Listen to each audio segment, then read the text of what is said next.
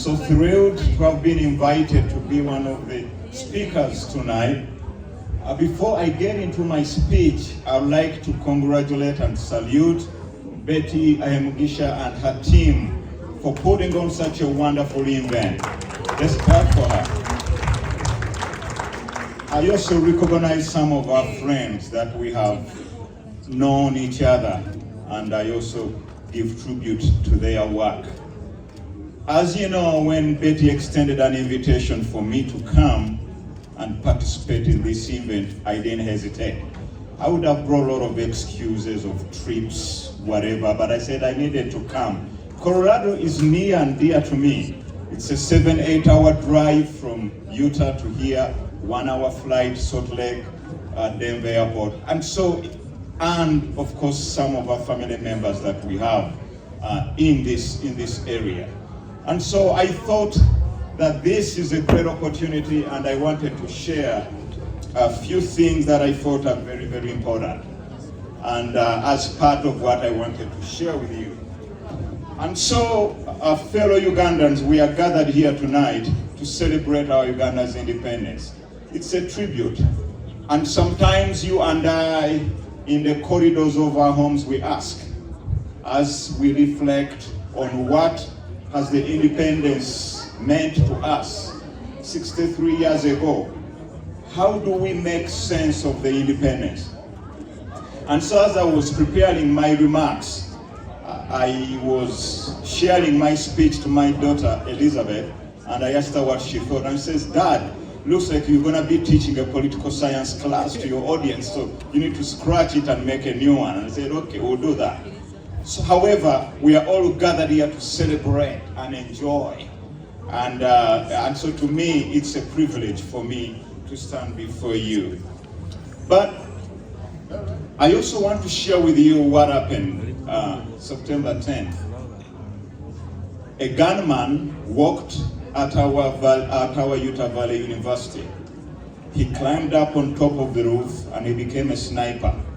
That very day, a right-wing activist was speaking to our audience of students. My office is down below the first floor where the gunman climbed. For the last 18 years, I've looked at that roofing. That day, I did not look.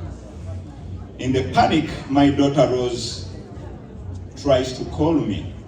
As it's protocol for our FBI, all gadgets during that incident are turned off or they can't go through. And so we make perimeter assessments. I couldn't go in. They couldn't let anyone go in.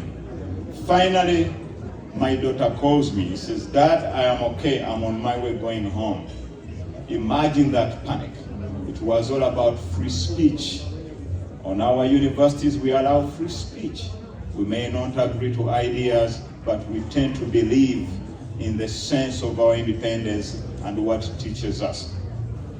And so the story behind that, it makes us to reflect what life is all about. What do we do in a spot of a moment? Here was a young man who said bye-bye to his wife, whatever happened, but then it made us to reflect, what do our students know? How do they deal with that? And so tonight, I believe that we as Ugandans here in Colorado, there are so many lessons to learn. Now this is the time to rise from the dark and desolate valley of community divisions to the sunlight path of love and brotherly pursuit of happiness in our community. May I challenge you, my fellow friends gathered here tonight, do not engage in the dogma of division. Do not associate yourself to the false propaganda of tribal sentiments that divide our community. Now is the time, ladies and gentlemen, to lift one another and remove our beloved Colorado community from the quicksands of tribal political divide to the solid rock of comradeship and seek out each other. Now is the time to make peace and reconciliation a reality for Coloradians and save our leaders from the pitfalls of scoring cheap political points. Therefore, I challenge you to stand your ground and continue the legacy of educating children about our culture, about our independence, and about our heritage, feeding the poor, caring for the sick, visiting those in prisons among us. Now, be the voice of change, ladies and gentlemen, of this war of silent violence.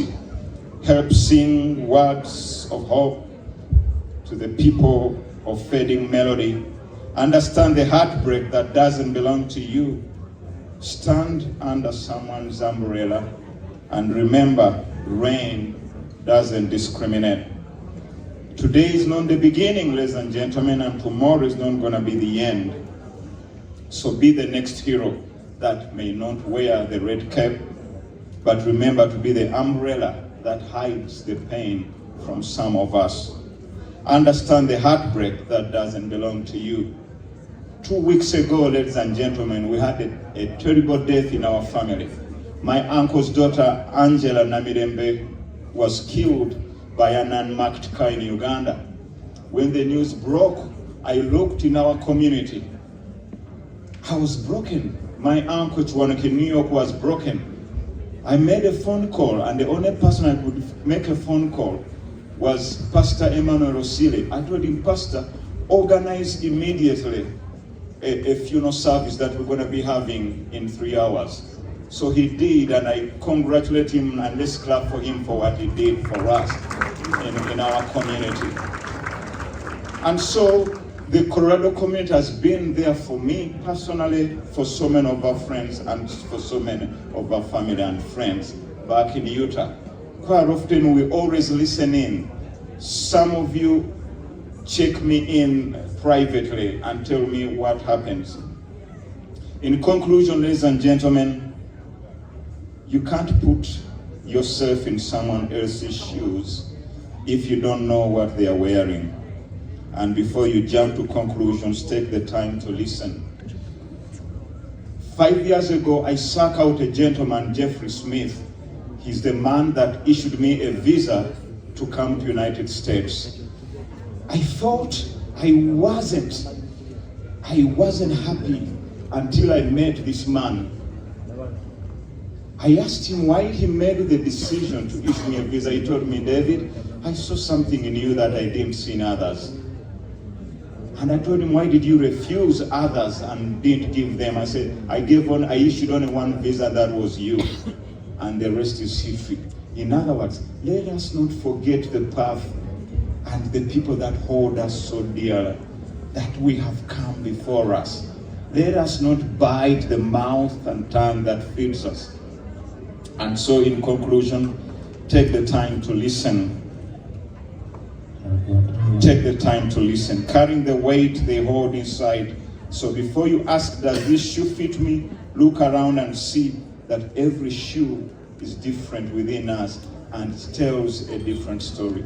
Thank you very much once again to all our dear friends and to the executive that invited us.